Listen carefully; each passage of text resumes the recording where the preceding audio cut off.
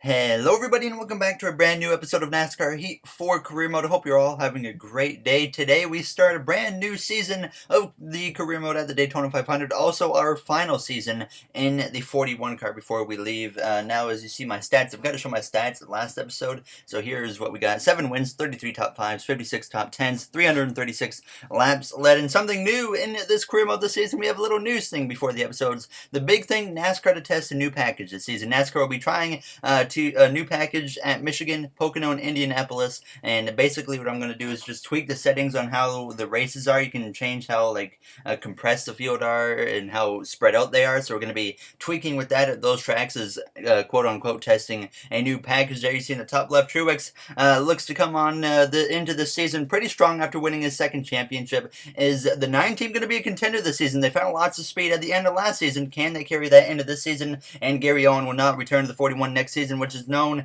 and he currently is the biggest free agent up for grabs. So where are we going to go? We don't know quite yet, but we're going to figure that out this season. But now it's time to jump into this kind of speed weeks leading in to the Daytona 500. I couldn't do any duels or anything or the Clash, but someone did give me an idea, and I'm probably going to implement that in the future, which I'll expand on at a later time.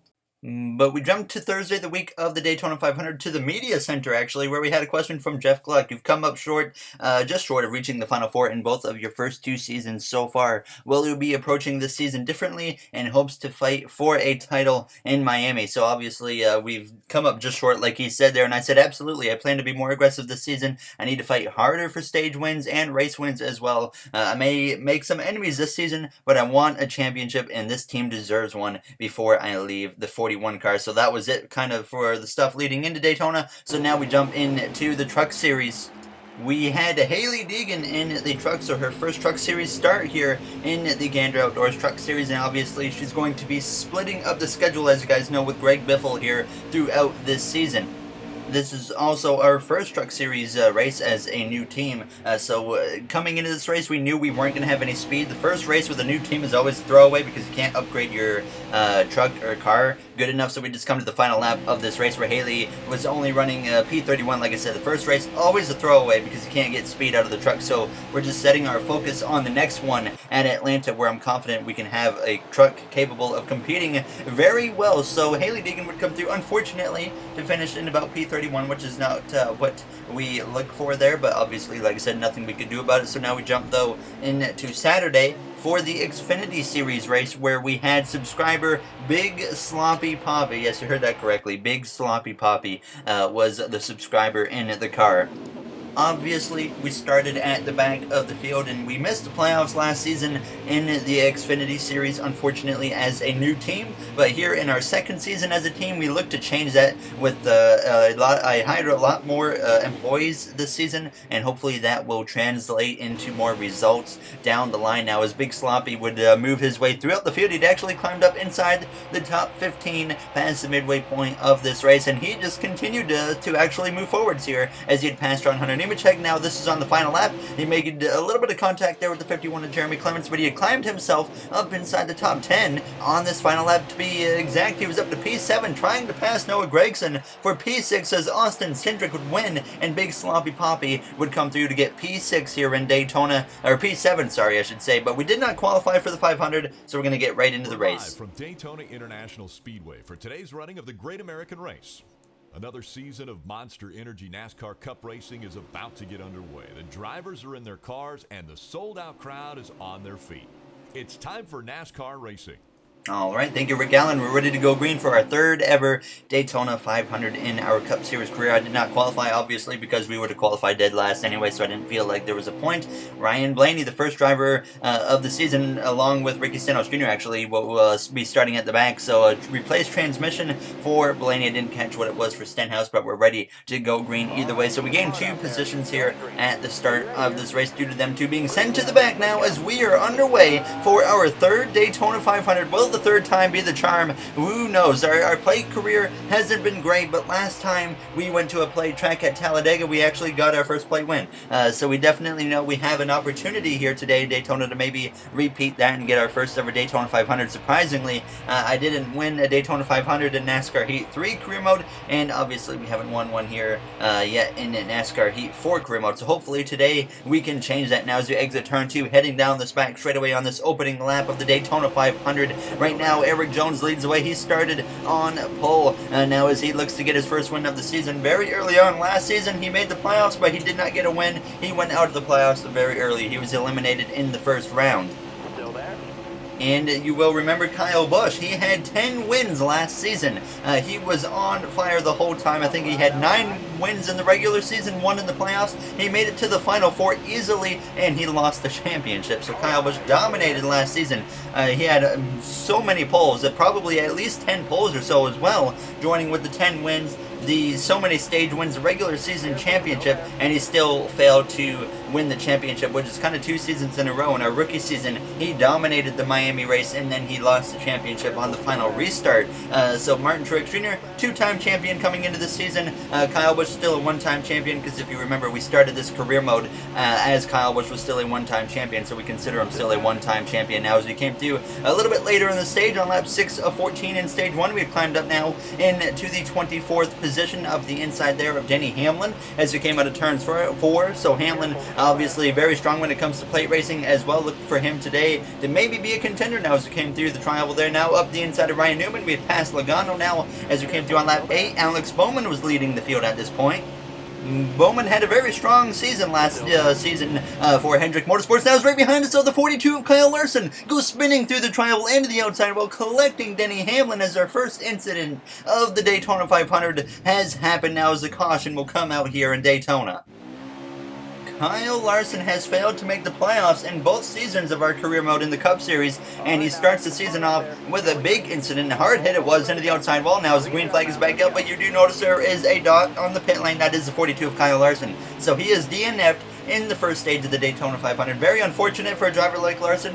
He doesn't have the greatest record at plate tracks. He had an opportunity to win the 2017 Daytona 500. I remember that one very well, being a Kyle Larson fan. He was leading out of turns 2, and then everything went wrong for him after that point. Now as Kurt Busch would be able to come away with the victory in that race. Now as you saw, we got into the back there of Ryan Truex and lost a lot of ground on this restart here. Only 3 laps to go in the first stage. Alex Bowman still leads as he's looking for his first stage win of the season. There you see the 9 of Chase Elliott just in front of us. Now I said we're kind of going to be really aggressive this season, or at least more aggressive than we were last season, but Daytona kind of different animal. We're not going to just be going out here making really silly moves, shoving guys out of the way at a plate track now, as that's just stupidity. Now as we come through down through the trial to come through, hitting at this point 2 laps to go, running P19. Didn't look like we were going to get stage points, but we continued to battle up the inside here as we went up the inside of Chase Elliott down into turns 1 as Bowman continued to try and hold off Kyle Busch, who was now in second. Now as we came through to the inside of Bubba Wallace, so making a lot of ground up here late in this first stage.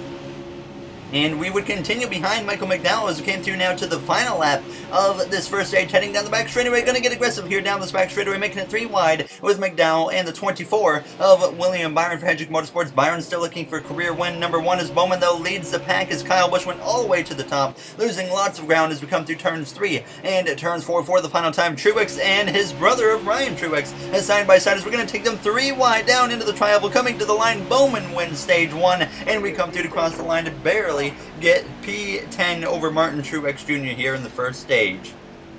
Ryan Preece and Eric Almirola got second and third. Almirola got 1 win last season at Sonoma. We would pit for 2 cans of fuel as well as 4 tires. Ryan Preece, a notable mention as well. He won the Daytona 500 in our first rookie season of career mode in the Cup Series. Now as the green flag is out and stage 2 is underway here in Daytona, can we have a chance to maybe get a stage victory? We know that we got speed because I think this is the first time we've ever gotten stage points in the first stage at a plate race. So I think we definitely are showing some signs signs of some serious speed in the 41 car here today. Now, as you see, the 47 of Ryan Preece, he went 3 wide up the outside, and he is losing ground very, very quickly. So a very unfortunate situation for the 47 of Ryan Preece as we go down those back straightaway. Very aggressive restarts we usually get here at these plate tracks. You see behind us, they're going 3 by 3 by 3. No one's scared to do anything right now as we go down into turn 3 of the inside of the 34 of Michael McDowell for Front Row Motorsports now, right behind our teammate of Clint Boyer in the 14, who last season, actually both seasons of our career mode, he has gone winless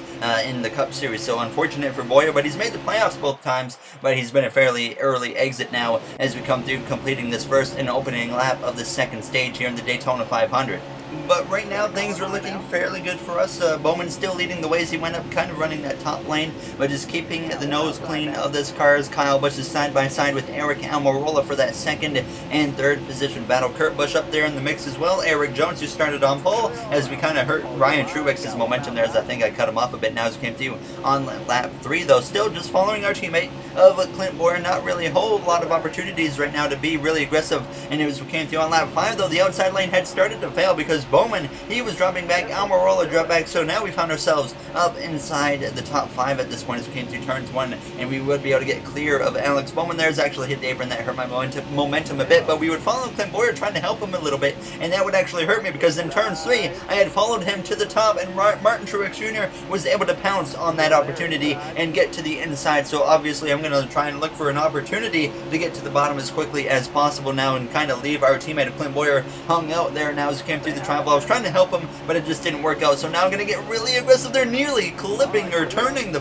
19 into the 14 there as I clipped him in the right rear, but thankfully we kept it straight and we would both get past Clint Boyer now as he would start to fade a little bit now as we came through on lap 6, heading down the front straightaway, pushing Truex on the back bumper. 3 JGR cars right now lead the way now as we come through the triangle. Truex drifts up the track, and I'm going to pounce on that opportunity and go up the inside of the JGR driver, now the 2-time champion, the most recent champion of our career mode. Now as we go down into turns 1, we take the 3rd position away from Martin Truex Jr. We then would follow Eric Jones and see if we could help him out a bit, and sure enough, down into turn 3 on the 7th of 12th lap here on the stage, he tries to make a move for the lead. He takes the lead and the caution comes out as soon as he passes Kyle Busch for the lead position here in Daytona. It looks like it might have been Ryan Truex who brought out the caution. Nobody was pitting, so we will get ready to go green here from P3 on the inside in the second row. Now as the green flag is back out, we are underway. This will leave just 3 laps to go here in the second stage as we're going to give a shot to the back of the 20 of Eric Jones as we exit the triangle, trying to give him a little bit of a boost of momentum as we head down towards turns 1. And then we got Kyle Busch trying to fight back on our outside, but you see what a launch Eric Jones gets. He has a fairly substantial gap between himself and I and the rest of the pack as we come through turns 1 and turns 2. This is not what you want as the leader at a plate track or a pack race at Daytona or Talladega. And you see the run the outside got. I have terrible momentum, but Kyle Busch sends it up the inside going into turn 3, and he is going to take the lead here in the Daytona 500 now as we just had 0 momentum on this inside lane, and now we find ourselves fighting for P5, P6 with Kurt Busch here in the number 1 car for Chip Ganassi Racing. Now as we go down into the triangle, Matt Tifft getting up here in the picture as well as we hit just 2 laps to go as we continued to try and just make this inside lane work, but right now the outside was the preferred lane, at least on this restart now, as Almirola. He would get clear of me as well as I actually let off the throttle to let him in, and now we came through to the final lap of the stage. Matt Tifft on my outside at this point as we were able to work our way back forwards on this inside lane, but it was Kyle Busch leading the way down into turn 3 over his brother of Kurt Busch, Eric Jones, on the top lane as we're still side by side with Matt Tifft through turns 3 and turns 4. Kurt Busch tries to get to the inside of his brother of Kyle as we go down this front straightaway for the final time here in stage 2. Kurt Busch is at his door, but it will be Kyle Busch who wins stage 2 as we cross the line to get P6 here in the second stage. So Kyle Busch starting off the season like he was last season, winning stages, getting playoff points. That's his first playoff point, obviously, now as we would pit for 2 cans of fuel and 4 tires and get ready to go green for the 3rd and final stage here in Daytona. I actually also did decide to make a tire pressure adjustment on both the right side tires. I felt like the car was a little bit too free, and I figured if I dropped the tire pressures that it might help it a little bit there. So I actually dropped both right sides down to 40 here for the third and final stage now, as Kyle Busch gets ready though to potentially lead the way unless he gets overtaken here on the pit lane now. As we would go with those adjustments, Kyle Busch wins the race off of the pit lane, and unfortunately we're starting P6 on the outside lane here for the third and final stage. Now as the green flag is out, it is going to be 18 laps to go here in Daytona. Can Kyle Busch get his first ever Daytona 500 victory? Certainly surprising that Kyle Busch has never won a Daytona 500 in his Cup Series career, but he's definitely got the talent to do so. There's no question about talent for Kyle Busch. We know he has a ton of it now as he comes through turns one. Behind us, we've got the 96 of Parker Kligerman, who in the 2020 DLC will belong to Daniel Suarez, which I'm very excited to be able to race against Suarez, hopefully in the 2020 DLC. Now as we go down this back straightaway behind our teammate of Eric Almirola, no problem right now, just settling in behind him. We do know though, being on this outside, we're going to fade quite a bit down the field. Hopefully we can just find an opportunity to get down to that bottom lane, as the outside had a fairly good restart. Kurt Busch has the lead right now, just barely over his brother of Kyle Busch. Is a side by side out of turn 4 coming through the trial. It looks like it's going to be Kyle Busch though who will lead the lap here for the first and opening lap of the third and final stage. But this outside lane now, after this first lap, starting to fade a little bit now. The momentum that we were carrying on that opening lap has diminished quite significantly now, as Eric Jones is still P2 of the inside of Kurt Busch. There you see Daniel Hemrick, who actually won last time it came to Daytona in the July race last season, which put him in the playoffs. We had a little bit of controversy between himself and I, as there was comments traded back and forth, but we would unfortunately kind of get stuck on this outside as now we came through on lap 38. Kyle Busch, he had lost the lead. He drifted down to P10 where I was, so very unfortunate for Kyle Busch, but we finally got an opportunity to get to the bottom just behind Chase Elliott, so I hop on that opportunity now as we were on lap 38. I should mention Matt Tifft had taken the lead at this point, and he was holding onto it pretty well.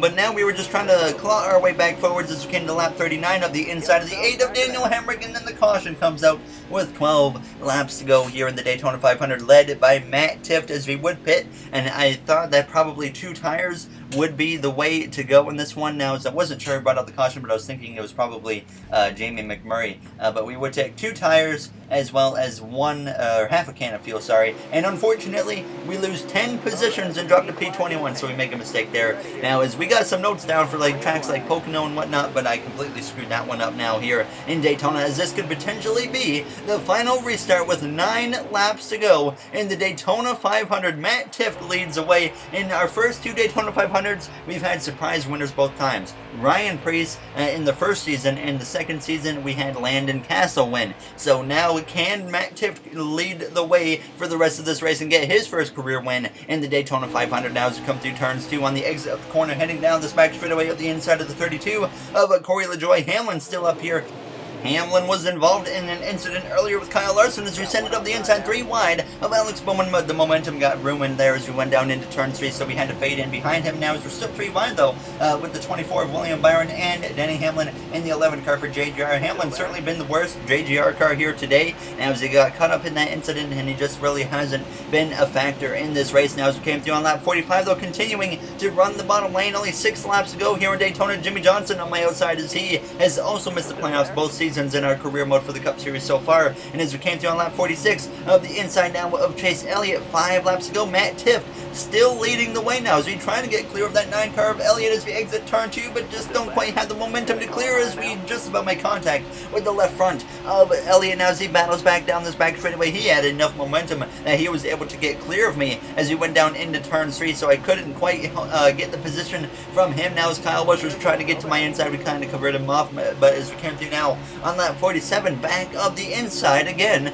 of Chase Elliott, doing what I can to take that position, but he kind of stalls my momentum with a little bit of a side draft now as we exit turn 2. I was getting a little bit annoyed at this point, just trying to get past the 9, but he did not want to give it up, so I kind of swerve at him a little bit. Now as we go up the inside now of the 34 of Michael McDowell, give him a side draft like we tried to do with the 9 of Elliott there on the exit of turns 2, and we would be able to take the position away from him. We came to lap 48, only 3 laps to go now as we hit the back of the 14 of Boyer. As we exit turn 2, we're going to go 3 wide up the middle, just doing whatever we can to work our way through as Matt Tifft still leads here in Daytona over second place of Martin Truex Jr. as we approach just 2 laps to go.